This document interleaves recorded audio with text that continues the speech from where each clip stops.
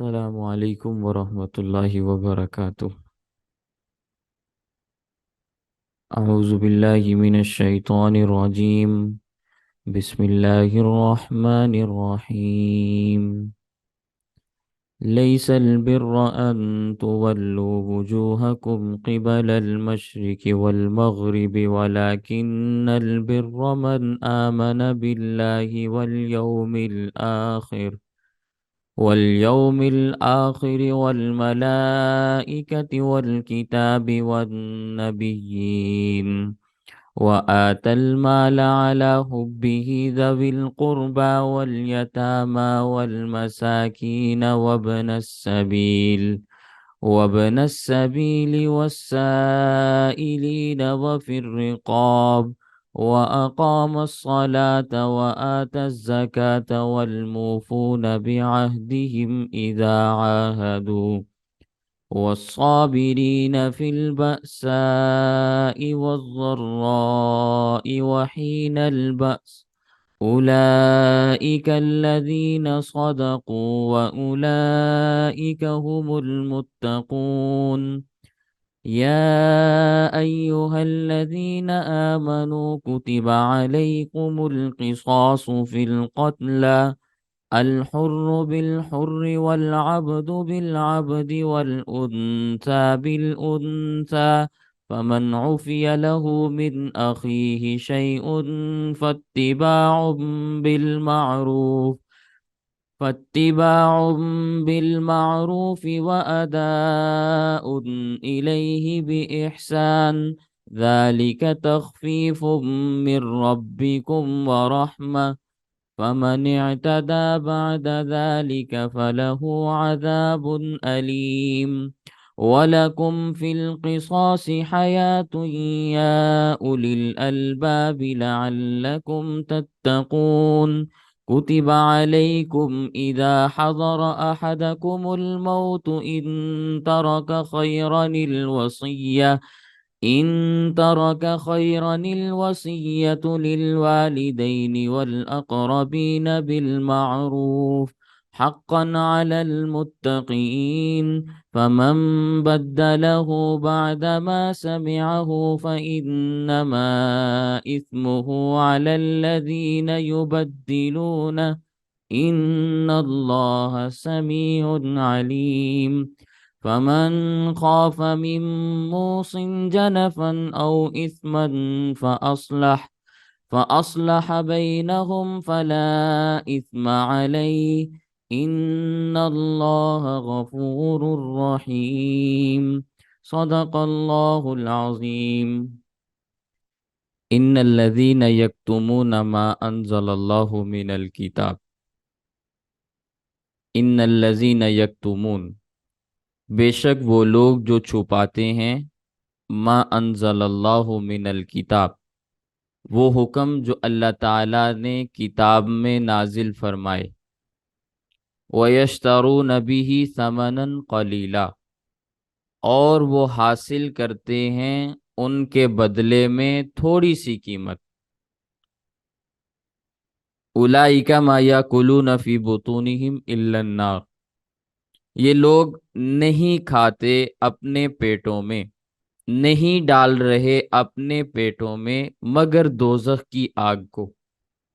یہ غیر اللہ کے نام پہ جتنے چڑھاوے چڑھائے جاتے ہیں اور یہ جتنا خرچ کیا جاتا ہے یا کھایا یا کھلایا جاتا ہے، یہ بہت بڑے گناہ کی بات ہے۔ وَلَا يُكَلِّمُهُمُ اللَّهُ يَوْمَ الْقِيَامَةِ، کل قیامت کے دن اللہ تعالیٰ ان کے ساتھ پیار اور محبت کے ساتھ گفتگو بھی نہیں کریں گے۔ وَلَا يُزَكِّيهِمْ، اللہ تعالیٰ کل قیامت کے دن ان کو معاف بھی نہیں کریں گے اور پاک بھی نہیں کریں گے، ان کا تزکیہ بھی نہیں کریں گے۔ وَلَهُمْ عَذَابٌ أَلِيمٌ، اور ان کے لیے دردناک عذاب بھی ہے، اور یہ اس لیے ہے أُولَئِكَ الَّذِينَ اشْتَرَوُا الضَّلَالَةَ بِالْهُدَى، یہ اس لیے ہے کہ انہوں نے گمراہی خریدی ہدایت کے بدلے میں، ہدایت دے کر انہوں نے گمراہی کو خرید لیا۔ والعذاب بالمغفرہ، اور بخشش کی بجائے انہوں نے عذاب کو خرید لیا۔ تو پھر ان کے ساتھ اسی قسم کا معاملہ ہونا چاہیے تھا. چاہیے تو یہ تھا کہ یہ اللہ تعالیٰ سے بخشش خرید لے اور عذاب کو اپنے سے دور ہٹا لیتے. اللہ تعالیٰ کو راضی کرتے تو ان کی بخشش ہو جاتی، لیکن انہوں نے ایسے کام کیے جو ان کو دوزخ میں لے کر گئے. فما اصبرہم علی النار، کس چیز نے ان کو صبر والا بنا دیا ہے دوزخ کی آگ پر، یعنی دوزخ والے سودے پر یہ کس طرح سے راضی ہو گئے. یہ دوزخ میں اس لیے جائیں گے، ذالک بأن اللہ نزل الکتاب بالحق، اس لیے کہ بے شک اللہ تعالیٰ نے کتاب نازل کی حق کے ساتھ. وَإِنَّ الَّذِينَ اخْتَلَفُوا فِي الْكِتَابِ، اور وہ لوگ جنہوں نے کتاب میں اختلاف کیا، لفی شقاق بعید، وہ اختلاف کرنے کی وجہ سے بہت دور کی گمراہی میں مبتلا ہو گئے. اختلاف کرنے کی وجہ سے، قرآن کریم سے اختلاف کی وجہ سے، حدیث پاک سے اختلاف کی وجہ سے، اسلامی تعلیمات سے اختلاف کی وجہ سے وہ اتنے دور جا کر گرے کہ اب وہ اسلام کی تعلیمات کے قریب بھی نہیں پھٹک سکتے. یہ کچھ آیات کل کے سبق میں رہتی تھیں. آج جو آیات میں نے آپ کے سامنے تلاوت کی وہ ہیں لیس البر ان تولوا وجوہکم. لیس البر، نیکی صرف یہی نہیں ہے، ان تولو، کہ تم پھیرو، وجوہکم، اپنے چہروں کو، قبل المشرق، مشرق کی طرف، والمغرب، اور مغرب کی طرف، ولکن البر، لیکن نیکی یہ بھی ہے، من، اس شخص کی، آمن باللہ، جو اللہ پر ایمان لائے، والیوم الآخر، آخرت کے دن پر ایمان لائے، والملائکہ، فرشتوں پر ایمان لائے، والکتاب، کتابوں پر ایمان لائے، والنبیین، پیغمبروں پر ایمان لائے، وآت المال، اور اس نے مال دیا، علی حبہ، اس کی محبت کی وجہ سے، ذوی القربہ، قریبی رشتہ داروں کو، والیتامى، یتیموں کو، والمساکین، مسکینوں کو، وابن السبیل، مسافروں کو، والسائلین، مانگنے والوں کو، وفی الرقاب، گردنوں کے چھڑانے والوں کو، واقام الصلاۃ، اور انہوں نے نماز کو قائم کیا، وآت الزکوٰۃ، اور انہوں نے زکوٰۃ ادا کی، والموفون بعہدہم، اور وہ اپنے وعدوں کو پورا کرنے والے ہیں، اذا عاہدوا، جب وہ وعدہ کر لیتے ہیں، والصابرین، اور وہ صبر کرنے والے ہیں، فی البأساء، مالی تنگی میں، والضراء، بدنی تنگی میں، وحین البأس، اور میدان جنگ میں، اولئک الذین، یہی وہ لوگ ہیں، صدقوا، جو سچے ہیں، واولئک هم المتقون، اور یہی لوگ ہیں جو پرہیزگار ہیں. یہ ایک آیت ہے. اس سے پہلے آیات کے اندر تحویل قبلہ کا مسئلہ آپ کے سامنے میں نے بیان کیا. قرآن کریم میں اللہ تعالیٰ نے آیات نازل کی، نبی کریم صلی اللہ علیہ وسلم کی خواہش کے مطابق اللہ تعالیٰ نے بیت اللہ کو قبلہ بنایا. تو منافق، مشرک، یہودی بڑے اچھلنے لگے، خصوصاً یہودی اور عیسائی. کہنے لگے کہ بھئی ہم کس بات کا اعتبار کریں، کبھی اس طرف منہ کر کے نماز پڑھتے ہو، کبھی اس طرف منہ کر کے نماز پڑھتے ہو. یہ چونکہ ایک مسئلہ تھا، پہلے ایک جانب قبلہ تھا، پھر منسوخ ہو گیا تو دوسری جانب چلا گیا. تو کہنے لگے کہ بھئی نئی نئی چیزیں لے کر آتے ہو، تعجب خیز چیزیں لے کر آتے ہو، نرالے کام کرتے ہو. اب یہودیوں نے، عیسائیوں نے دکانوں میں، گلیوں میں، بازاروں میں، گھروں میں، ہر جگہ پر اس مسئلے کو موضوع بحث بنایا ہوا ہے. کوئی شخص بھی آتا اسے کہتے تمہیں معلوم ہے یہ محمد صلی اللہ علیہ وسلم پہلے اس قبلے کی طرف منہ کر کے نماز پڑھتے تھے، آج کل انہوں نے اپنا قبلہ پھیر لیا ہے. تو سارا وقت انہی کاموں میں ضائع کیا کرتے تھے. تو اللہ تعالیٰ فرماتے ہیں لیس البر، کیا نیکیاں ساری کی ساری اسی ایک مسئلے میں بند ہو کر رہ گئی ہیں؟ کیا اس کے علاوہ کوئی اور نیکی نہیں رہ گئی؟ ان تولوا وجوہکم، کہ تم اپنے چہرے کو پھیرو، قبل المشرق، کبھی مشرق کی طرف، والمغرب، اور مغرب کی طرف. کہ قبلے کی طرف رخ کرنا یہ ایک نیکیوں میں سے ایک نیکی ہے نا. لیکن کیا یہ ساری نیکیاں اسی ایک مسئلے کے اندر بند ہو کے رہ گئی ہیں کہ ہر وقت ہر جگہ تم نے یہی مسئلہ چھیڑا ہوا ہے؟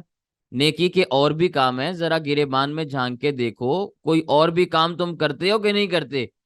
وَلَٰكِنَّ الْبِرَّ مَنْ آمَنَ بِاللَّهِ، نیکیوں میں سے ایک کام یہ بھی ہے کہ تم اللہ تعالیٰ پر صحیح معنوں میں ایمان لاؤ، وَالْيَوْمِ الْآخِرِ، اور آخرت کے دن پر بھی ایمان لاؤ۔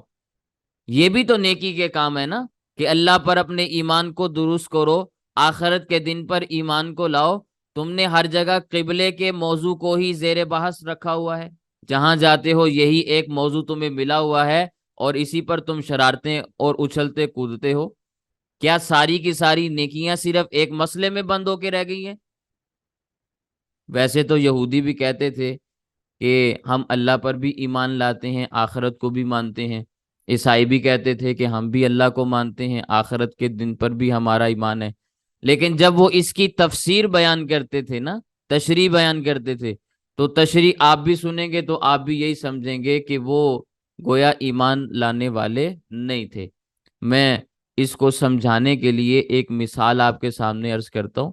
مثال صرف اور صرف بات سمجھانے کے لیے، کیونکہ انسان مثال کے ذریعے بات کو زیادہ اچھے طریقے سے سمجھتا ہے۔ ایک شخص ہے، وہ کہے کہ بھئی میں نے صدر پاکستان کو دیکھا ہے، مملکت کے صدر کو دیکھا ہے، ملک کے صدر کو میں نے دیکھا ہے۔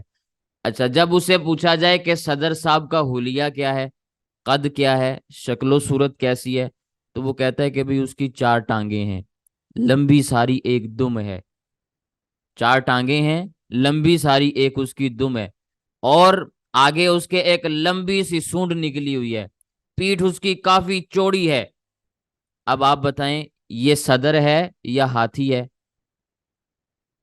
یہ تو ہاتھی ہے نا، صدر تو نہیں ہے نا۔ یہ بالکل اسی طرح کا معاملہ ہے۔ کہتے ہم آخرت کے دن پر ایمان لانے والے ہیں۔ اچھا بھئی، آخرت کے متعلق تمہارا عقیدہ کیا ہے؟ آخرت کے متعلق تمہارا نظریہ کیا ہے؟ ذرا وہ بیان کرو، کس آخرت پہ تم ایمان لائے؟ تو جب وہ اس کی تفسیر بیان کرتے تھے تو وہ تفسیر آخرت پر صادق نہیں آتی تھی، وہ آخرت کی تفسیر نہیں شمار ہوتی۔ یہودی کہتے تھے کہ جنت ہماری جاگیر ہے، ہم جنت میں جائیں گے، کوئی اور نہیں جائے گا۔ عیسائی بھی یہی کہنے لگے کہ ہم صرف جنت میں جائیں گے، لیکن جو جنت ہے وہ روحانی جنت ہے۔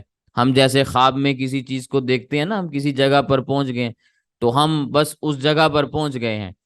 تو اس قسم کی وہ باتیں کیا کرتے تھے جن سے آخرت کا نظریہ اور عقیدہ بالکل غلط ہو کے رہ جاتا تھا، اس کا انکار ہو جاتا تھا، گویا وہ ایک دوسرے لفظوں میں انکار ہی کی ایک صورت ہے۔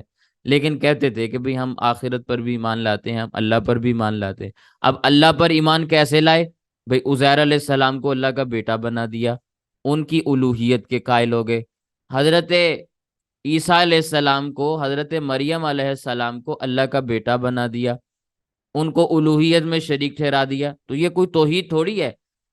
تو خیر، اللہ تعالیٰ نے قرآن کریم میں فرمایا کہ نیکی تو اس آدمی کی ہے من آمن باللہ، جو اللہ پر ایمان لاتا ہے، والیوم الآخر، آخرت کے دن پر ایمان لاتا ہے، والملائکہ، فرشتوں پر ایمان لاتا ہے۔ اب فرشتے اللہ تعالیٰ کی نورانی مخلوق ہیں، اور کوئی ایک آدھ کی تعداد میں نہیں کہ صرف 4 فرشتے ہیں اللہ کے، یا 8 فرشتے ہیں یا 12 ہیں۔ اللہ تعالیٰ ہی ان کی تعداد کو جانتے ہیں۔ بے حد و بے حساب فرشتے ہیں اللہ تعالیٰ کے ہاں۔ قرآن کریم میں صرف 6 فرشتوں کے نام آئے ہیں، 4 کے تو بڑے معروف و مشہور ہیں، حضرت جبرائیل ہیں، حضرت میکائیل ہیں، حضرت ہاروت ہیں، حضرت ماروت ہیں، حضرت رعد ہیں، حضرت مالک ہیں، جن کو اسرائیل علیہ السلام کہا جاتا ہے۔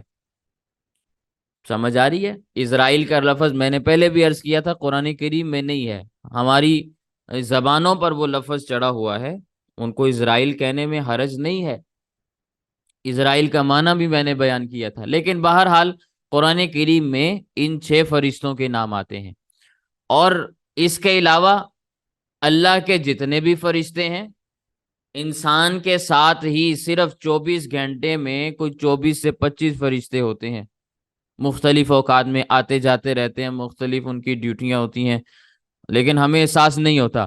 تو یہ اللہ تعالیٰ کی نورانی مخلوق ہے، نہ کھاتے ہیں نہ پیتے ہیں نہ تھکتے ہیں نہ اکتاتے ہیں، جو اللہ نے ان کو حکم دیا بس اسی میں لگے رہتے ہیں۔ سمجھ آئی ہے؟ تو ہم سارے کے سارے فرشتوں پر ایمان لانے والے ہیں۔ اسی طرح اللہ تعالیٰ نے فرمایا والکتاب، کتاب پر بھی ایمان لانے والے ہیں۔ اب یہاں پر الکتاب ہے، الکتاب یہ الف لام جنس کا ہے۔ عربی گرامر کو پڑھنے والے بہت اچھے طریقے سے جانتے ہیں کہ یہ الف لام جب استعمال ہوتا ہے تو وہ کن کن معانی کے لیے استعمال ہوتا ہے۔ تو یہاں الف لام جنس کا ہے، یعنی جن سے کتاب مراد ہے کہ جتنی بھی کتابیں اللہ نے نازل کی وہ کسی بھی پیغمبر پر نازل ہوئی، وہ کسی بھی صورت میں نازل ہوئی، ہم ان ساری کی ساری کتابوں کو ماننے والے ہیں۔ کوئی ایک خاص یہاں پہ ایک خاص مخصوص کتاب مراد نہیں، بلکہ ساری کی ساری کتابیں مراد ہیں۔ اور کتنی کتابیں ہیں اللہ ہی بہتر جانتے ہیں۔ 4 معروف و مشہور ہیں جن کا ہمارے سامنے عموماً تذکرہ ہوتا رہتا ہے، تورات ہے، زبور ہے، انجیل ہے، قرآن کریم ہے۔ اس کے علاوہ کئی اور صحیفے ہیں، کئی اور کتابیں ہیں جو اللہ تعالیٰ کی جانب سے نازل ہوئیں۔ اللہ تعالیٰ کا یہ بہت بڑا ہمارے اوپر احسان ہے، فضل ہے، اللہ کا کرم ہے کہ اس نے ہمیں اس چیز کا مکلف نہیں بنایا کہ ہم فرشتوں کی تعداد کو معلوم کریں یا ہم ان کے نام معلوم کریں۔ اتنی لمبی تعداد ہے، کیسے ان کے نام ہمیں یاد ہوتے؟ کیسے ہم ایک ایک فرشتے کے بارے میں کہتے کہ بھی ہمارا اس پر بھی ایمان ہے، اس پر بھی ایمان ہے، اس پر بھی ایمان ہے؟ تو جتنے بھی فرشتے ہیں ہم نے بس کہہ دیا کہ ہم اللہ کے ملائکہ پر ایمان لاتے ہیں، تو سب پر ایمان لانا معتبر ہو گیا۔ اسی طرح اللہ تعالیٰ نے ہمیں اس بات کا پابند نہیں کیا کہ سارے آسمانی کتابوں کی تم تفاصیل کو پہلے اپنے ذہن میں مستحضر کرو، یاد کرو، ان کے نام یاد کرو، کس پر کون سی کتاب نازل ہوئی یہ یاد کرو، پھر کہنا کہ بھی ہم ایمان لائے۔ نہیں بھائی، نہیں نہیں، جتنی بھی اللہ نے کتابیں نازل کی وہ جس دور میں بھی نازل ہوئی، جس نبی پر بھی نازل ہوئی، ان کا تذکرہ ہمارے سامنے ہوا یا نہیں ہوا، ہم ان ساری کتابوں کو مانتے ہیں۔ بس وہ کتاب اللہ کی جانب سے اتری ہوئی ہو، ہم اس کتاب کے اوپر ایمان لانے والے۔ تو یہ ایمان ہمارا کافی ہے، اسی کا اس آیت کے اندر تذکرہ ہے۔ اسی طرح وہ نبیین، اللہ کے پیغمبروں پر بھی ہم ایمان لاتے ہیں۔ اب بے شمار پیغمبر گزرے، صحیح تعداد کسی کو بھی معلوم نہیں۔ اگر ان کی تعداد کا تذکرہ قرآن کریم کے اندر آ جاتا تو ہم بڑے دھڑلے کے ساتھ اس کو بیان بھی کر لیتے، لیکن قرآن کریم میں انبیاء کی تعداد مذکور نہیں، تعداد انبیاء کی موجود نہیں ہے قرآن کریم میں۔ چند ایک انبیاء کا تذکرہ ہے، اس کے علاوہ باقی انبیاء کا نہیں۔ ہاں، اللہ کے نبی صلی اللہ علیہ وسلم کی روایات بعض کتب احادیث میں موجود ہیں، بعض روایات میں 1,24,000 کا تذکرہ ہے اور بعض روایات میں 2,24,000 کا تذکرہ ہے۔ تو بہرحال جیسی بھی روایات ہیں، لیکن وہ اتنی مضبوط قسم کی روایات نہیں ہیں، لیکن روایات تو بہرحال موجود ہے نا۔ تو اب ہم یہ نہیں کہتے کہ 1,24,000 پیغمبروں کو ہی ہم مانتے ہیں، نہ ایک کم نہ ایک زیادہ۔ نہیں بھائی، اگر آپ نے یہ جملہ بولنا بھی ہے تو کہیں کہ بھئی کم و بیش 1,24,000 پیغمبر، کچھ کمی بھی ہو سکتی ہے، کچھ زیادہ بھی ہو سکتے ہیں، ہمیں معلوم نہیں ہے۔ لیکن اگر یوں کہیں کہ ہم اللہ کے ہر پیغمبر پر ایمان لانے والے ہیں تو یہ سب سے بہترین بات ہے، ہمارا ایمان ہے، ہمارا یقین ہے۔ اللہ نے ہمیں اس بات کا مکلف نہیں بنایا کہ ہم ایک ایک نبی کے نام کو یاد کر کے، اس کے دور کو یاد کر کے، اس کے اوپر اترنے والی تعلیمات کو یاد کر کے پھر اس پیغمبر پر ایمان لائیں۔ جتنے بھی پیغمبر اللہ نے نازل فرمائے، ہمارا ایمان ہے کہ وہ سارے کے سارے اللہ کے نبی اور رسول ہیں، ہم سب ان کو برحق تسلیم کرتے ہیں اور ان کو نبی اور رسول مانتے ہیں۔ اور اگر ہم ان کو نبی اور رسول نہ مانیں تو ہمارا ایمان کامل نہیں ہوتا۔ ہم سارے کے سارے پیغمبروں کو مانتے ہیں، یہی ہمارا ایمان ہے۔ اسی کا اللہ تعالیٰ نے ان آیاتوں کے اندر تذکرہ فرمایا، پھر فرمایا وَآتَ الْمَالَ عَلَىٰ حُبِّهِ، وَآتَ الْمَالَ عَلَىٰ حُبِّهِ، اور وہ شخص جس نے مال دیا اس کی محبت میں۔ یہاں وَآتَ الْمَالَ عَلَىٰ حُبِّهِ ہی ضمیر ہے، یہ ضمیر کس کی طرف لوٹ رہی ہے؟ لفظ اللہ کی جانب، جس اللہ کا پہلے تذکرہ آیا ہے۔ وَآتَ الْمَالَ عَلَىٰ حُبِّ اللَّهِ، اصل آیت یوں بنتی ہے، اللہ تعالیٰ کی محبت کے واسطے وہ مال کو خرچ کیا کرتے تھے۔ نام کے لیے نہیں، شہرت کے لیے نہیں، ووٹ حاصل کرنے کے لیے نہیں۔ آج ساری دنیا انہی مقاصد کے لیے پیسے خرچ کرتی ہے نا، بے حساب لوگ رقم لوٹا دیتے ہیں، خرچ کر دیتے ہیں، لیکن اللہ کے ہاں معتبر وہ مال ہے، وَآتَ الْمَالَ عَلَىٰ حُبِّهِ، جو اللہ کی محبت پر مال خرچ کرتا ہے۔ اب سوال یہ پیدا ہوتا ہے، مال تو انسان اللہ کی محبت پر خرچ کر دے، لیکن خرچ کرے کس کے اوپر؟ کن لوگوں کو دے، کن لوگوں پر خرچ کرے؟ تو اللہ تعالیٰ نے وہ بات بھی بیان کر دی، فرمانے لگے ذوی القربہ، اپنے رشتہ داروں کو دو، قریبی رشتہ داروں کو دو۔ مطلب یہ ہے کہ اگر قریبی رشتہ دار زکوٰۃ کا مستحق ہے، عشر کا مستحق ہے، فطرانے کا مستحق ہے، تو اس کے اوپر خرچ کرو، اس کے اوپر خرچ کرو۔ اور یہ بتانے کی ضرورت بھی نہیں ہوتی کہ بھائی یہ لو زکوٰۃ کے پیسے، بہن صاحب، بہن جی یہ لو عشر کے پیسے، نہیں بھائی یہ بتانے کی ضرورت نہیں۔ نیت کرنا ضروری ہے، نیت بتانا ضروری نہیں ہے۔ نیت دل کے ارادے کا نام ہوتا ہے، دل میں نیت کر لو، نیتوں کو اللہ بہتر جانتا ہے۔ نیت کر لو یہ زکوٰۃ کی رقم ہے اور میں نے فلاں کو دینی ہے، بس خاموشی کے ساتھ جا کے اس کو دے دو، بے شک اس کو انعام کے طریقے پر دے دو، بھئی ہم تمہیں انعام دے رہے ہیں، انعام میں وہ زکوٰۃ کے پیسے دے دو، ٹھیک ہے؟ بے شک امداد کے نام پہ دے دو کہ بھئی ہم تمہاری مدد کر رہے ہیں، تو زکوٰۃ دونوں طریقوں سے ادا ہو جاتی ہے۔ نیت شرط ہے، نیت کو درست رکھنا ضروری ہے۔ جس طرح نماز بغیر نیت کے ادا نہیں ہوتی، اسی طرح زکوٰۃ بھی بغیر نیت کے ادا نہیں ہوتی۔ سمجھ آ رہی ہے؟ آج کل یہ معاملہ بہت زیادہ چلتا ہے۔ رمضان جب قریب آتا ہے تو لوگوں کی بینک بیلنس پڑے ہوتے ہیں، بینکوں کے اندر مال پڑا ہوتا ہے، رقمیں پڑی ہوتی ہیں، بڑے بڑے ان کے بینک بیلنس ہوتے ہیں، تو پھر ان کے پیسے کٹنا شروع ہوتے ہیں رمضان میں۔ رمضان کے آغاز کے اندر ہمارے پاکستان کے اندر بینکوں میں زکوٰۃ کاٹی جاتی ہے، کاٹی جاتی ہے کہ نہیں کاٹی جاتی؟ جن کی کٹتی ہے ان کو پتا ہوگا بھئی ہمارے ہاں کٹتی ہے، جن کی نہیں کٹتی ان کو شاید نہ پتا ہو۔ تو اب یہ بات ذہن نشین کر لیں ہمیشہ ہمیشہ کے لیے، اگر آپ نے نیت کی تو پھر آپ کی وہ رقم جو گورنمنٹ نے کاٹی ہے وہ زکوٰۃ شمار ہوگی۔ اگر آپ نے نیت کی پھر وہ زکوٰۃ شمار ہوگی، اگر آپ نے نیت ہی آپ کو پتہ ہی نہیں اور زکوٰۃ کٹ گئی تو وہ زکوٰۃ ادا نہیں ہوتی۔ ہاں وہ مال انہوں نے لے لیا، اب واپس آپ ان سے نہیں لے سکتے، وہ مال ان کے پاس چلا گیا، اس کو وہ جیسے بھی استعمال کریں، لیکن آپ نے دوبارہ زکوٰۃ ادا کرنی ہے۔ آپ کے ذمہ یہ حکم موجود رہے گا کہ بھی آپ کی زکوٰۃ ادا نہیں ہوئی، ہاں نیت کر لیں، نیت کرنے کے بعد اگر زکوٰۃ کٹ جاتی ہے تو ٹھیک ہے بھئی وہ آپ کی طرف سے ادا ہو گئی۔ اب اگلا مسئلہ ہوتا ہے کہ ہماری حکومتیں ان کو خرچ کہاں پہ کرتی ہیں، تو وہ حکومتیں جانیں، ان کا وہ زکوٰۃ کا پیسہ جانیں، وہ ان کی گردن کے اوپر ہے، کل کو انہوں نے حساب دینا ہے، ہم نے نہیں دینا۔ وہ نہ لیں زکوٰۃ ہم سے، نہ کاٹیں اس طرح زکوٰۃ، تو ان کے ذمہ پھر کوئی جبر نہیں ہے، کوئی زور زبردستی نہیں ہے، کل قیامت کے دن سے سوال بھی نہیں ہوگا۔ جب وہ زبردستی یوں زکوٰۃ کاٹیں گے تو پھر ظاہر ہے بھائی وہ زکوٰۃ کا پیسہ جہاں خرچ کریں گے اس کا حساب انہی سے لیا جائے گا نا، اللہ تعالیٰ لیں گے، ہمارے ذمہ نہیں ہے، پھر ہماری زکوٰۃ ادا ہو گئی۔ اسی طرح یہ مختلف قسم کے ہاسپٹلز ہوتے ہیں اور مختلف قسم کی فاؤنڈیشنز اور ادارے بنے ہوئے ہوتے ہیں، ٹرسٹ بنے ہوئے ہوتے ہیں، اور عجیب و غریب قسم کا ایک نظام ہے جو دنیا میں چل رہا ہے۔ دیکھیں یہ بات ہمیشہ کے لیے ذہن میں رکھیں، زکوٰۃ کا پیسہ مسلمان پر خرچ ہو سکتا ہے، اور مسلمان کا پیسہ مستحق مسلمان پر ہی خرچ ہوگا تو زکوٰۃ ادا ہوگی، غیر مستحق پر خرچ ہوگا تو زکوٰۃ ادا نہیں ہوگی۔ اب ہاسپٹلز میں کتنے لوگ ایسے ہوتے ہیں جو سید ہوتے ہیں، ان پہ زکوٰۃ نہیں لگتی، غیر مسلم ہوتے ہیں علاج کرانے کے لیے آتے ہیں، ان پہ زکوٰۃ نہیں لگتی، اور بعض ایسے مریض ہوتے ہیں جو ہوتے امیر ہیں لیکن حلیے سے غریب لگتے ہیں، یا اپنے آپ کو بسا اوقات لوگ جھوٹ بول کے غریب کہہ دیتے ہیں، تو وہی ان کے اوپر زکوٰۃ کا پیسہ استعمال نہیں ہو سکتا۔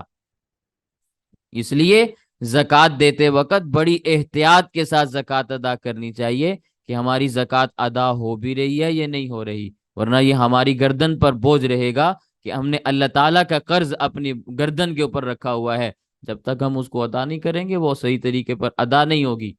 سمجھ آ رہی ہے؟ تو زکوٰۃ کو بڑی اہتمام کے ساتھ اور ذمہ داری کے ساتھ ادا کرنے کی ضرورت ہے۔ آج لوگ کہتے ہیں بھئی ہم نے فلاں ادارے کو دے دیا، اب اتنے بڑے بڑے ادارے ہمارے ممالک کے اندر موجود ہیں، اب میں ان کا ایک ایک کا نام لوں گا تو ان کا دین ہی درست نہیں، قبلہ ہی درست نہیں، لوگ ان کو زکوٰۃ کے پیسے دیتے ہیں۔ اور صرف ہمارا ملک نہیں دیتا، بیرونی ممالک سے امداد بھی انہی کے اکاؤنٹس میں آتی ہے اور وہ جہاں چاہے استعمال کرتے ہیں۔ یاد رکھیں، زکوٰۃ یوں ادا نہیں ہوتی، اپنے پیسوں کو یوں ضائع نہ کریں، سب سے پہلے تصدیق کریں کہ آپ کی زکوٰۃ کا پیسہ خرچ کہاں پہ ہوگا، خرچ کہاں پہ ہوگا، اتنی تحقیق کرنا آپ کے ذمے ہے۔ ہاں، اس کے بعد بھی اگر کوئی آپ کو دھوکہ دے کر آپ سے زکوٰۃ کا پیسہ لوٹ کے لے جائے اور آپ کو پتہ نہ چلنے دے تو پھر اس کا اور اللہ کا معاملہ ہے، پھر آپ کا معاملہ نہیں ہے۔ لیکن کم از کم دیتے وقت تھوڑا سا تو انسان کو تحقیق کر لینی چاہیے نا کہ بھئی ہمارا پیسہ استعمال کہاں پہ ہوگا۔ خیر، والیتامہ، اور جو یتیم ہیں ان کے اوپر خرچ کرو، جو یتیم ہیں ان کے اوپر خرچ کرو۔ اب یہ یتیم چاہے اپنی برادری کا، خاندان کا ہو، یا محلے کا ہو، یا قصبے کا ہو، یا گاؤں کا ہو، یا اپنے شہر کا ہو، یا کسی اور جگہ کا ہو، جو یتیم ہے وہ یتیم ہے، وہ تمہاری مالی امداد کا مستحق ہے، مالی ہمدردی کا مستحق ہے۔ اسی طرح والمساکین، اور مسکین کو اپنا مال دو۔ مسکین کس کو کہتے ہیں؟ جس کے پاس کھانے پینے کے لیے تھوڑی بہت چیزیں ہیں، کھانے پینے کے لیے کچھ نہ کچھ اس کے پاس ہے، لیکن وہ صاحب نصاب نہیں ہے، صاحب نصاب نہیں ہے۔ صاحب نصاب کا کیا مطلب ہوتا ہے؟ کہ بھئی جس کے اوپر زکوٰۃ فرض ہو جاتی ہے، جس پر قربانی فرض ہو جاتی ہے، جس کے پاس 52.5 تولہ چاندی یا 7.5 تولہ سونا یا اس کی مالیت کے بقدر مال موجود ہو، وہ صاحب نصاب ہوتا ہے۔ اور جس کے پاس اتنا مال موجود نہیں، نہ 52.5 تولہ چاندی موجود ہے، نہ اس کی مالیت موجود ہے، آج کل کے اعتبار سے اس کی مالیت کتنی بنتی ہے؟ کوئی 1,40,000 کے قریب مالیت بنتی ہے، آپ اس کو چیک کر سکتے ہیں چاندی کی قیمت کیا ہے۔ بہرحال اوپر نیچے معاملات چلتے رہتے ہیں تو دیکھا جا سکتا ہے۔ تو یہ مسکین کہلاتا ہے کہ جس کے پاس تھوڑا بہت مال ہے لیکن اتنا زیادہ مال نہیں ہے، کل کو وہ غریب بھی ہو سکتا ہے، اسے جو آج دو وہ لقمے کھا رہا ہے کل کو وہ ختم بھی ہو سکتے ہیں، اس لیے اگر اس کو آپ اپنا مال دے دیں گے تو کوئی حرج کی بات نہیں ہے، یہ مسکین کہلاتا ہے۔ سمجھ آ رہی ہے؟ اللہ کے نبی صلی اللہ علیہ وسلم سے، اللہ کے نبی صلی اللہ علیہ وسلم نے پوچھا تھا صحابہ کرام سے کہ بھئی مسکین کس کو کہتے ہیں، مسکین کس کو کہتے ہیں؟ صحابہ کرام سے اللہ کے نبی صلی اللہ علیہ وسلم نے فرمایا مسکین کس کو کہتے ہو تم؟ صحابہ نے فرمایا وہ جو مانگتے پھرتے لوگ ہیں، ہم ان کو مسکین کہتے ہیں۔ فرمایا نہیں، وہ مسکین نہیں ہے، بلکہ مسکین وہ ہے جو مستحق تو ہوتا ہے لیکن مانگتا نہیں ہے، لوگوں کے سامنے اپنی غربت کا واویلا نہیں کرتا، لوگوں کو بھی نہیں پتا ہوتا کہ بھئی یہ امیر ہے کہ غریب ہے، تلاش کرنے پڑتے ہیں ایسے افراد، تلاش کرنے پڑتے ہیں۔ سمجھ آ رہی ہے؟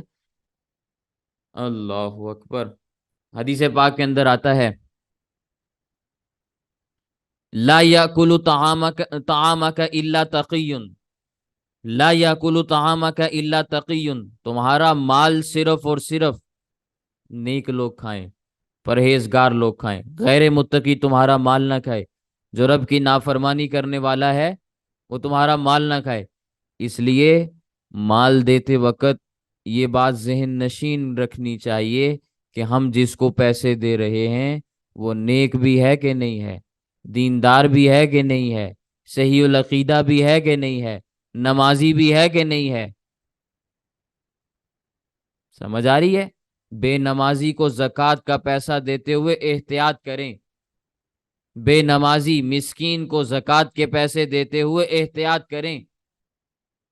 ایسا نہیں ہے کہ زکوٰۃ ادا نہیں ہوتی، ہو جاتی ہے، لیکن بہتر ہے کہ کسی دیندار شخص کا انتخاب کریں اور اس کو وہ اپنی رقم مہیا کریں۔ نیک لوگ ہوتے ہیں، ان پر نیکی کی چادر چڑھی ہوئی ہوتی ہے اور وہ کسی کے سامنے ہاتھ بھی نہیں پھیلاتے، ہاتھ بھی نہیں پھیلاتے، اپنی غربت کا اظہار بھی نہیں کرتے۔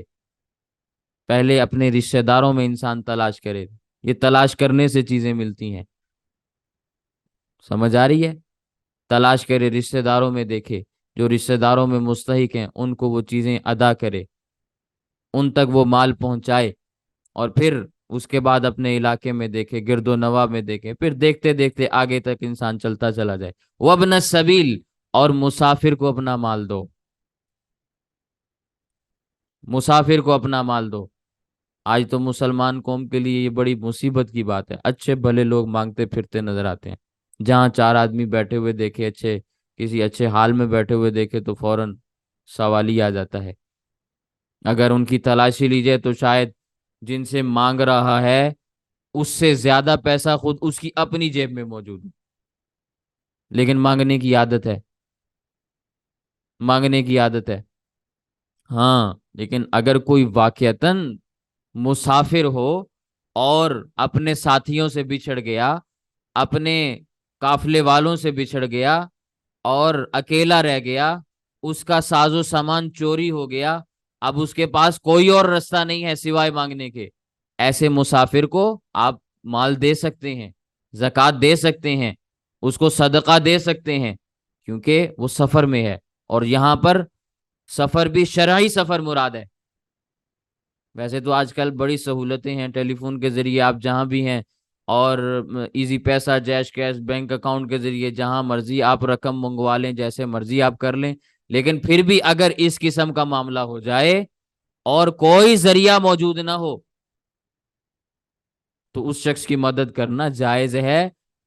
مسافر کو، وابن السبیل، مسافر کو آپ مال دے سکتے ہیں، والسائلین، اور جو مانگتے ہیں، اور جو مانگتے ہیں یعنی آپ سے خود تقاضا کرتے ہیں، اور آپ کا دل مطمئن بھی ہے کہ اس کے حالات آپ کو بتلا رہے ہیں کہ یہ پیشہ ور بھکاری نہیں ہے، آپ اس کی مدد کر سکتے ہیں، اس کو بھی دے سکتے ہیں۔ وہ پھر رقاب، رقاب رقبتن کی جمع ہے، رقبتن کی جمع ہے، اس کا معنی ہے گردن، مراد اسے غلام اور لونڈیاں ہیں۔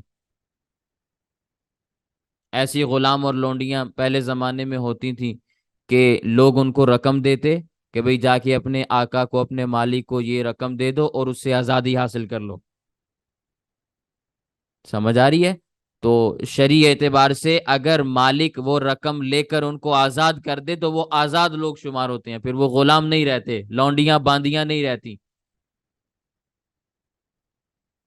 سمجھ آ رہی ہے؟ تو ان کو بھی پیسے دیے جا سکتے ہیں۔ وہ اقام الصلاۃ، اور تم نماز کو قائم کرو، وہ آت الزکات، اور زکوٰۃ کو ادا کیا کرو۔ اب دیکھیں یہاں پر نماز کا تذکرہ الگ ہے، زکوٰۃ دینے کا تذکرہ الگ ہے، پیچھے مال دینے کا تذکرہ الگ تھا، یہاں زکوٰۃ دینے کا تذکرہ دوبارہ سے الگ آ رہا ہے۔ پہلے مال کا تذکرہ تھا، وَآتَ الْمَالَ عَلَى حُبِّهِ ذَوِي الْقُرْبَى وَالْيَتَامَى وَالْمَسَاكِينِ وَابْنِ السَّبِيلِ وَالسَّائِلِينَ وَفِي الرِّقَابِ، پھر آگے موضوع بدل گیا، وَأَقَامَ الصَّلَاةَ، نماز کا تذکرہ آ گیا، وَآتَ الزَّكَاةَ، اب دوبارہ زکوٰۃ کی بات آ رہی ہے۔ اس سے معلوم یہ ہوتا ہے کہ زکوٰۃ کے علاوہ بھی مال میں غریبوں کا حق ہوتا ہے، صرف زکوٰۃ نہیں دی جاتی۔ حدیث پاک میں آتا ہے کہ مال میں زکوٰۃ کے علاوہ بھی لوگوں کے حقوق ہیں، غریبوں کے، مسکینوں کے، پڑوسیوں کے، رشتہ داروں کے، سب کے حقوق ہیں۔ والموفون بعہدہم، اور وہ لوگ جو پورا کرتے ہیں اپنے وعدے، اذا عاہدوا، جب وہ وعدہ کرتے ہیں، اور جان بوجھ کر وہ وعدے کی خلاف ورزی بھی نہیں کرتے، اور جو جان بوجھ کر وعدے کی خلاف ورزی کرتا ہے وہ منافق کہلاتا ہے۔ نبی کریم صلی اللہ علیہ وسلم نے اپنی احادیث میں اس جانب اشارہ بھی فرمایا، وَالصَّابِرِينَ فِي الْبَأْسَاءِ وَالضَّرَّاءِ، اور صبر کرنے والے ہیں مصیبت اور پریشانیوں میں۔ حضرت عبداللہ بن مسعود رضی اللہ تعالیٰ عنہ، حضرت عبداللہ بن مسعود رضی اللہ تعالیٰ عنہ اس امت میں پہلے مفسر ہیں، اور ایسے مفسر ہیں جن کے بارے میں اللہ کے نبی صلی اللہ علیہ وسلم نے مفسر قرآن ہونے کا جملہ ارشاد فرمایا ہے، جن کو قرآن کریم کا مفسر ہونے کا لقب اللہ کے نبی صلی اللہ علیہ وسلم نے ارشاد فرمایا۔ اور اس امت میں پہلے درجے کا فقیہ ہے حضرت عبداللہ بن مسعود رضی اللہ تعالیٰ عنہ۔ الباسا کا ترجمہ کیا فرماتے ہیں؟ فرماتے ہیں الفقر۔ الباسا کا ترجمہ کیا ہے؟ الفقر۔ اور الضرا کا معنی کیا کرتے ہیں؟ السقم۔ السقم مفہوم یہ بنتا ہے والصابرین فی البأساء والضراء، والصابرین فی البأساء، جب مالی طور پر محتاج ہوں پھر بھی صبر کرتے ہیں، والضراء، اور جب بدنی طور پر کسی بیماری میں مبتلا ہوں پھر بھی صبر کرتے ہیں، وحین البأس، اور میدان جنگ میں بھی جب کافروں کے ساتھ لڑتے ہیں اس وقت بھی صبر کا معاملہ کرتے ہیں، پھر بھی صبر سے کام لیتے ہیں، کیونکہ صبر بہت بڑا مقام ہے۔ یہ مومنوں کو جتنی تکالیف آتی ہیں، جتنی بھی تکالیف آتی ہیں، شرط یہ ہے کہ وہ مومن ہو، تو یہ جتنی بھی تکالیف ان کو آ رہی ہوتی ہیں یہ سارے کی ساری تکالیف ان کے گناہوں کا کفارہ ہوتی ہیں۔ بخاری شریف میں روایت موجود ہے، اللہ کے نبی صلی اللہ علیہ وسلم نے فرمایا اذا اراد اللہ بعبد خیرا یصب منہ، اذا اراد اللہ بعبد خیرا یصب منہ، جب اللہ تعالیٰ کسی بندے کے بارے میں خیر کا ارادہ فرماتے ہیں تو اس کو کسی نہ کسی مصیبت میں مبتلا کر دیتے ہیں۔ ایسے مصیبت میں مبتلا صابرین کے بارے میں قرآن کریم نے کیا فرمایا؟ اولئک الذین صدقوا، یہی لوگ سچے ہیں، یہی لوگ سچے ہیں، اصل میں یہی لوگ ہیں جو ایمان والے ہیں۔ تو تم تو صرف قبلے کے مسئلے کو لے کر بڑا پروپیگنڈا کر رہے تھے، یہ دیکھو کرنے کے کام اور بھی ہوتے ہیں، کرنے کے کام اور بھی ہوتے ہیں۔ مال کو خرچ کرو، اللہ پر ایمان لاؤ، اللہ کے رسول پر ایمان لاؤ، آخرت پر ایمان لاؤ، اور سچے دین کی تابعداری اور اتباع بھی کرو، اور اس کی تعلیمات پر عمل بھی کرو۔ اولئک الذین صدقوا، یہ لوگ سچے ہیں، واولئک هم المتقون، اور یہی لوگ اللہ کے ہاں متقی بھی ہیں، اللہ کے ہاں یہی لوگ پرہیزگار بھی ہیں، اللہ کے ہاں یہی لوگ انعام کے مستحق ہیں۔ سمجھ آ رہی ہے بات؟ تو اللہ تعالیٰ نے یہاں پر ان باتوں کا تذکرہ فرمایا۔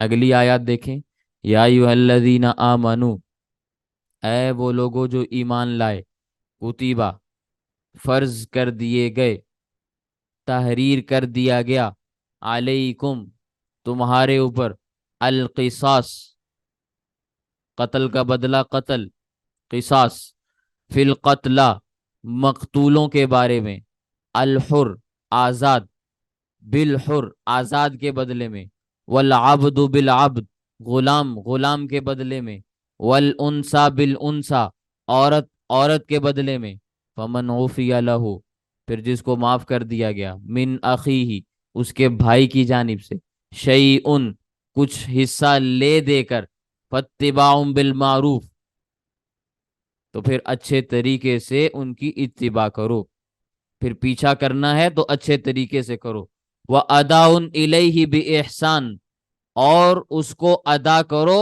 عمدہ طریقے کے ساتھ، ذَلِكَ تَخْفِيفٌ مِّن رَبِّكُمْ، یہ تخفیف ہے، شارٹ کٹ رستہ ہے تمہارے رب کی جانب سے، وَرَحْمَةٌ، اور یہ مہربانی ہے، فَمَنِ اعْتَدَىٰ، پھر جس نے حد سے تجاوز کیا، بعد ذالک، اس حکم کے آ جانے کے بعد بھی، فَلَهُ عَذَابٌ أَلِيمٌ، تو پھر اس کے لیے دردناک عذاب ہے، پھر اس کے لیے دردناک عذاب ہے، وَلَكُمْ فِي الْقِصَاصِ، اور تمہارے لیے قصاص میں، حیاتٌ یا اولی الالباب، اے عقل مندو زندگی ہے، تمہارے لیے قصاص میں زندگی ہے، لعلکم تتقون، تاکہ تم بچ جاؤ، کتب علیکم، لکھی گئی تم پر، اذا، جب، حضر احدکم الموت، حاضر ہو گئی تم میں سے کسی پر بھی موت، ان ترک خیرا الوصیہ، اگر چھوڑا اس نے مال وصیت کے لیے، وصیت بھی لکھ دی، للوالدین، تو ماں باپ کے لیے وصیت ہوگی، والاقربین قریبی رشتہ داروں کے لیے ہوگی، بالمعروف اچھے طریقے سے ہوگی، حقا علی المتقین یہ متقین کا حق ہے، یہ حق ہے متقین کے لیے۔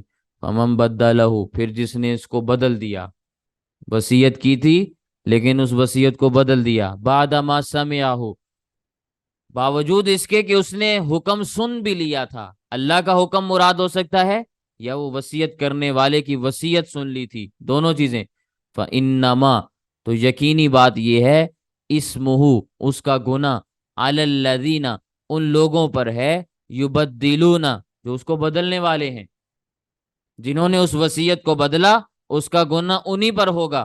ان اللہ بے شک اللہ تعالی سمیع سننے والا ہے، علیم جاننے والا بھی ہے۔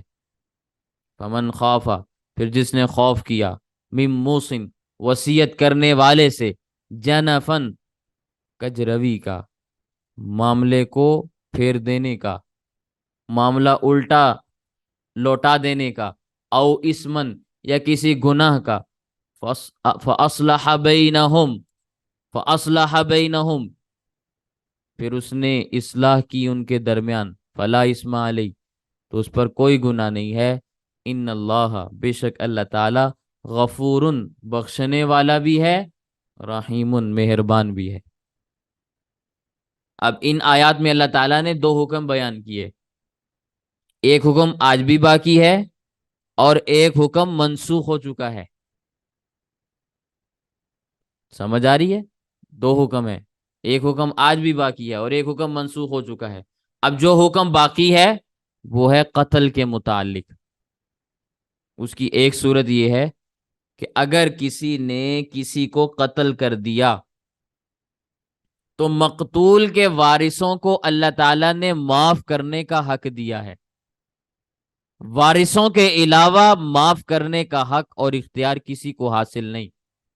آج کل عموماً ایسا ہوتا ہے، ہمارے ملک میں بھی ہے، عموماً دنیا میں یہ نظام چلتا ہے کہ اگر آپ کو ایک کورٹ سزا دے دیتی ہے قتل کے بدلے میں قتل کرنے کی، تو معاملہ اگلی کورٹ میں چلا جاتا ہے، ہائی کورٹ پھر سزا دیتی ہے، پھر معاملہ سپریم کورٹ میں چلا جاتا ہے، سپریم کورٹ بھی سزا کو بحال رکھے تو معاملہ صدر صاحب کے پاس چلے جاتا ہے، صدر کے پاس رحم کی اپیل ہوتی ہے، وہ سزا کو معاف بھی کر دیتا ہے۔ یہ خلاف اسلام قانون ہے، اسلام اس کی اجازت نہیں دیتا، صدر کو معافی کا کوئی اختیار نہیں ہے۔ سمجھ آ رہی ہے؟ ایک تو یہ قانونی صدر نہیں ہے، اسلامی قانون کے مطابق ان کا کوئی اختیار نہیں ہے۔ کوئی اختیار ہے صدر پاکستان کا؟ آپ اپنے آئین کی روشنی میں فیصلہ کر کے خود ہی بتا سکتے ہیں کہ کیا اختیارات ہیں۔ اور پھر اسلام نے بھی ان کو اختیار نہیں دیا، وارثوں کو اختیار ہے۔ پھر دوسری صورت یہ ہوتی ہے کہ اگر وہ معاف نہیں کرنا چاہتے تو دیت لے لیں، مالی بدلہ لے لیں، مال لے لیں، اس کی بھی اجازت ہے۔ اور یہ دیت کا مسئلہ انشاءاللہ 5ویں بارے میں آپ کے سامنے آ جائے گا۔ نبی کریم صلی اللہ علیہ وسلم کے زمانے میں، خلفائے راشدین کے زمانے میں 100 اونٹ ایک آدمی کے قتل کی دیت تھی، یعنی ایک آدمی کے قتل کا 100 اونٹوں کے ساتھ مقابلہ تھا۔ جتنی 100 اونٹوں کی قیمت بنتی ہے وہ ایک آدمی کے قتل میں اس کے وارثوں کو دی جاتی تھی۔ 100 اونٹ قیمت بنتی ہے، آج کے زمانے میں آپ 100 اونٹوں کی قیمت خود ہی لگا لیں، آپ کو سمجھ آ جائے گی کتنا پیسہ بنتا ہے۔ اونٹ تو ماشاءاللہ آج کل بہت مہنگے ہیں۔ تو بہرحال یہ اس قتل کا حکم ہے جس میں آپ نے کسی کو جان بوجھ کر قتل کر دیا، ٹھیک ہے؟ اب یا تو ایک معاملہ ہے کہ بدلے میں آپ کو قتل کر دیا جائے، ٹھیک ہے، یا دوسرا معاملہ یہ ہے کہ وہ رسا آپ کو معاف کر دیں، یا تیسرا معاملہ یہ ہے کہ بھئی دیت لے لیں۔ تو یہ حکم موجود ہے ابھی بھی قرآن کریم میں۔ اللہ تعالیٰ نے فرمایا یا ایھا الذین آمنوا اے ایمان والو، اے وہ لوگ جو ایمان لائے، کتب علیکم القصاص تمہارے اوپر قصاص کو ہم نے فرض قرار دے دیا۔ قصاص کا معنی ہے قتل کے بدلے میں قتل، قتل کے بدلے میں قتل، جس نے قتل کیا بدلے میں اس کو قتل کیا جائے گا۔ الحر بالحر آزاد کے بدلے میں آزاد ہی مارا جائے گا۔ العبد بالعبد، غلام کے بدلے میں غلام ہی کو مارا جائے گا، والانثى بالانثى، عورت کے بدلے میں عورت ہی ماری جائے گی۔ زمانے جاہلیت میں لوگوں کا دستور تھا، اگر کوئی کمی قسم کا آدمی، نیچ قسم کے خاندان کا بندہ کسی اونچے خاندان کے آدمی کو قتل کر دیتا تو اونچے خاندان کے افراد بدلے میں نچلے خاندان کے افراد کے 2 آدمی مارتے تھے، کہتے تھے بھی ہمارا آدمی تمہارے 2 آدمیوں کے برابر ہے۔ اللہ تعالیٰ فرماتے ہیں یہ غلط قانون ہے، جس نے قتل کیا ہے وہ آزاد ہے تو ایک ہی آزاد مارا جائے گا، وہ غلام ہے تو ایک ہی غلام مارا جائے گا، اگر وہ عورت ہے تو ایک ہی عورت قتل ہوگی، 2 نہیں ہو سکتے۔ بعض خاندان ایسے بھی تھے کہ ان کے غلاموں کو اگر قتل کیا جاتا تو کہتے کہ بھئی ہمارا یہ غلام چونکہ بڑے خاندان کا تھا اور تمہارا یہ غلام چھوٹے خاندان کا ہے، تو ہم اپنی ذات کو دیکھتے ہوئے اپنے ایک غلام کے بدلے میں تمہارے 2 غلام ماریں گے۔ تو اللہ تعالیٰ نے فرمایا یہ اختیار نہیں ہے، یہ اختیار نہیں ہے۔ اسی طرح عورتوں کے بارے میں تھا، بڑے خاندان کی عورت ہے، اس کا اگر کسی نے قتل کر دیا تو وہ نچلے خاندان کی 2 عورتیں مارتے تھے، کہتے تھے کہ بھئی ہماری ایک عورت تمہاری 2 عورتوں کے مقابلے میں ہے۔ اسلام نے اس قسم کے تصورات کا خاتمہ کر دیا، خاتمہ کر دیا کہ بھئی ایک قتل ہوا ہے بدلے میں ایک ہی کو قتل کیا جائے گا، جس نے کیا ہے اسی کو کیا جائے گا، جس نے کیا ہے اسی کو کیا جائے گا۔ فمن عفی لہ من اخیہ شیء، پھر جس نے معاف کر دیا، پھر جس کے بھائی کی طرف سے، یعنی بھائی سے یہاں مراد ہے اس کے ورثاء، ان کی طرف سے اگر معافی کا اعلان ہو گیا فاتباع بالمعروف، تو پھر عمدگی کے ساتھ ان کی آپ اتباع کرو، جیسے جیسے وہ کہتے ہیں ویسے ویسے کرو۔ وارثوں نے کہا بھئی ہم قصاص نہیں لینا چاہتے، ہم دیت لینا چاہتے ہیں، تو بھئی ٹھیک ہے، قصاص نہیں ہوگا، دیت دینی پڑے گی۔ عمدگی کے ساتھ جو رقم تمہارے آپس میں طے ہو جائے تمہارے درمیان، پھر اس کو دیتے وقت یا لیتے وقت سختی نہ کرو، نہ ادا کرنے والا نہ لینے والا، وَأَدَاءٌ إِلَيْهِ بِإِحْسَانٍ، عمدگی کے ساتھ اس کو ادا کرو، اچھے طریقے کے ساتھ ادا کرو، ٹال مٹول نہ کرو۔ کبھی ہم وعدہ کرتے ہیں آپ کو دیں گے، وہ وعدہ 10 سال گزر گئے ابھی تک وعدہ وفا نہیں ہوا، وعدے کے مطابق اس کو فوراً ادا کرو۔ ذالک تخفیف من ربکم، یہ پہلے ہی تمہارے رب نے تمہیں چھوٹ دی ہے، یہ پہلے ہی تمہارے لیے چھوٹ ہے، تخفیف ہے۔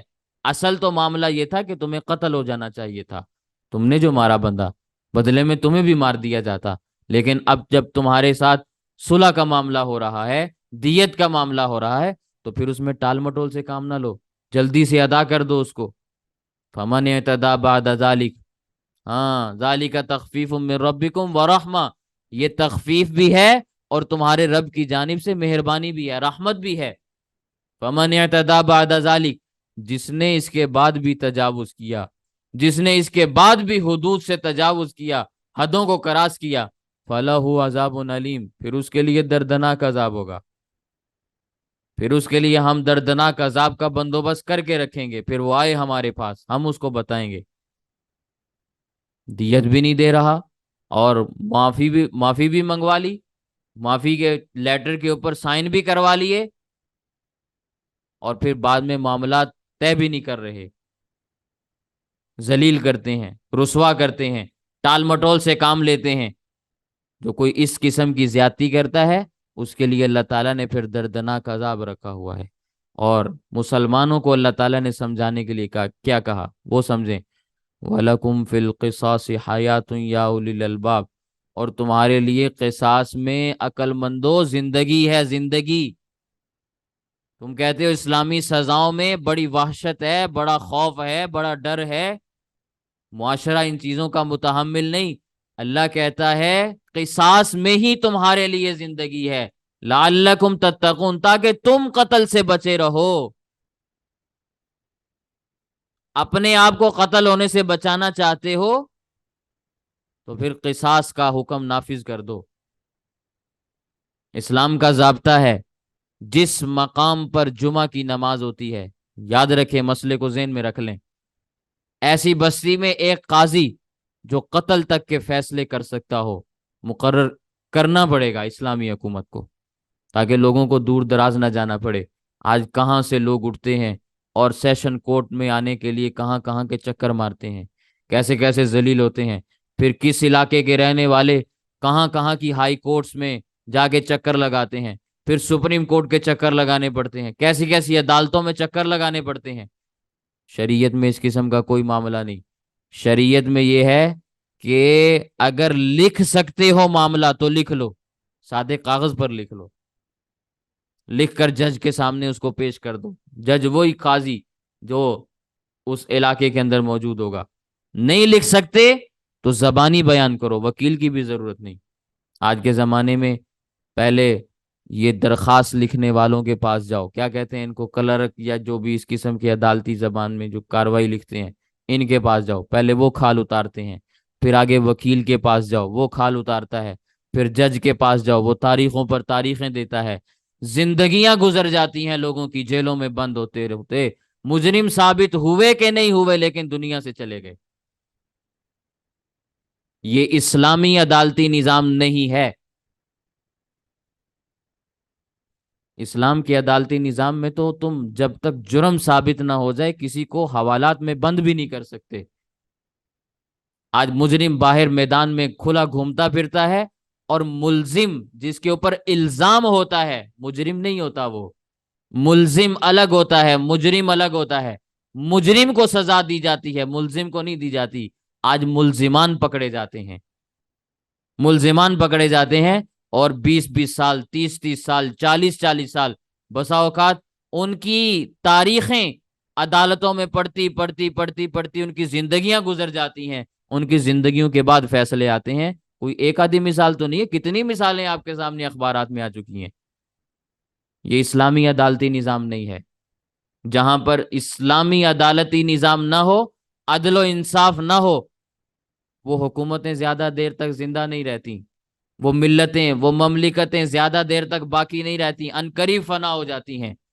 یا تو اپنا عدالتی نظام ٹھیک کرو، یا پھر یہ نعرے لگانے چھوڑ دو کہ بھی ہماری یہ مملکت قیامت تک رہے گی۔ ایسا نہیں رہ سکتا نظام۔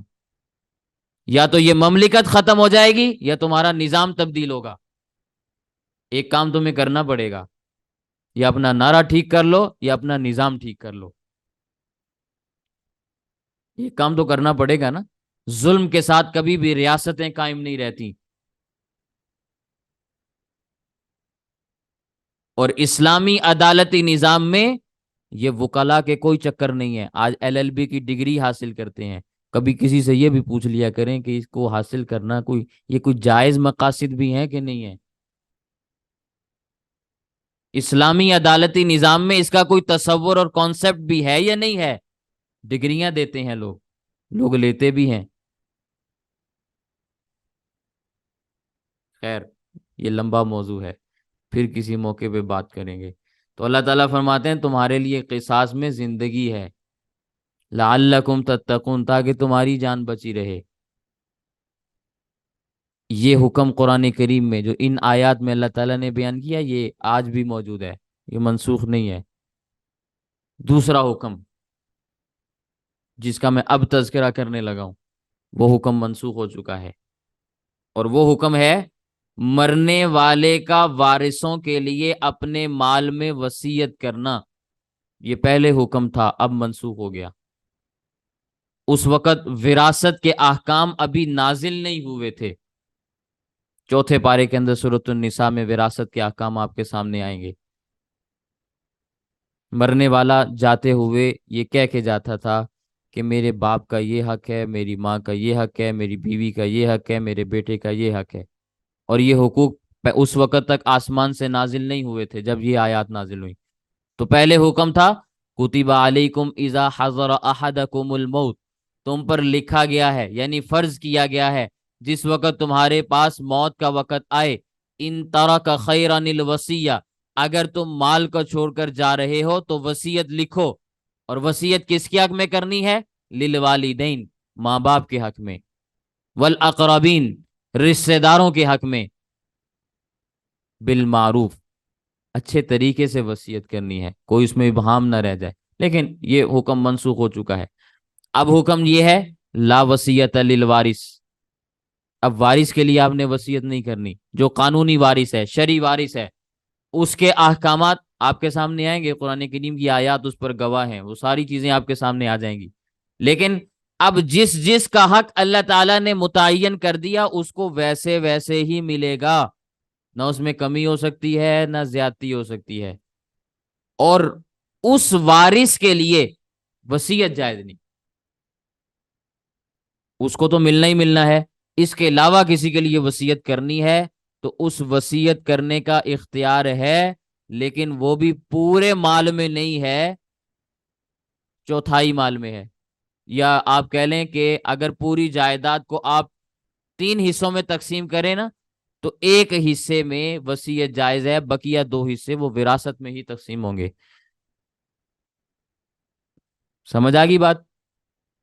مثال کے طور پر کسی کے پاس 3 لاکھ روپے ہیں، وہ دنیا سے چلا گیا، تو اب 3 لاکھ کو 3 حصوں میں تقسیم کریں گے، 3 حصے کیسے بنیں گے؟ 1 1 لاکھ آئے گا، تو 1 لاکھ میں وصیت جائز ہے، 2 لاکھ میں وصیت جائز نہیں، وہ 2 لاکھ وراثتوں میں ویسے ہی تقسیم ہوگا آگے، اور وراثت میں کیسے تقسیم ہوگا اس کے احکام آپ کے سامنے آئندہ آیات میں آپ کے سامنے آ جائیں گے، تو اس میں جلدی کرنے کی ضرورت نہیں، قرآن کریم کی آیات خود آپ کے سامنے وضاحت پیش کر دیں گی۔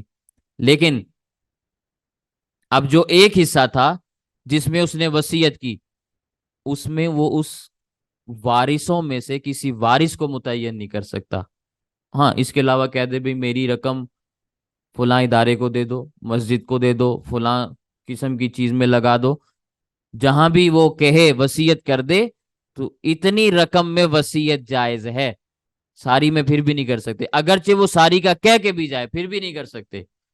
حقا علی المتقین، یہ پرہیزگاروں پر اس وقت لازم تھی بات۔ فمن بدلہ، پھر جس نے وصیت کو بدل دیا، بعد ما سمعہ، بعد اس کے کہ اس نے بات کو سن بھی لیا تھا، جس نے اس کو وصیت کی اس نے اس کی بات کو سن لیا پھر بھی بدل دیا، یا اللہ نے احکامات جو نازل کیے اس بندے کو وہ باتیں پتہ تھیں لیکن پھر بھی اس نے وصیت کو بدل دیا، فإنما اسمہ، تو یقینی بات یہ ہے کہ اس کا گناہ پھر اسی کے اوپر ہے، علی الذین یبدلون، جو ان کو بدلنے والے ہیں۔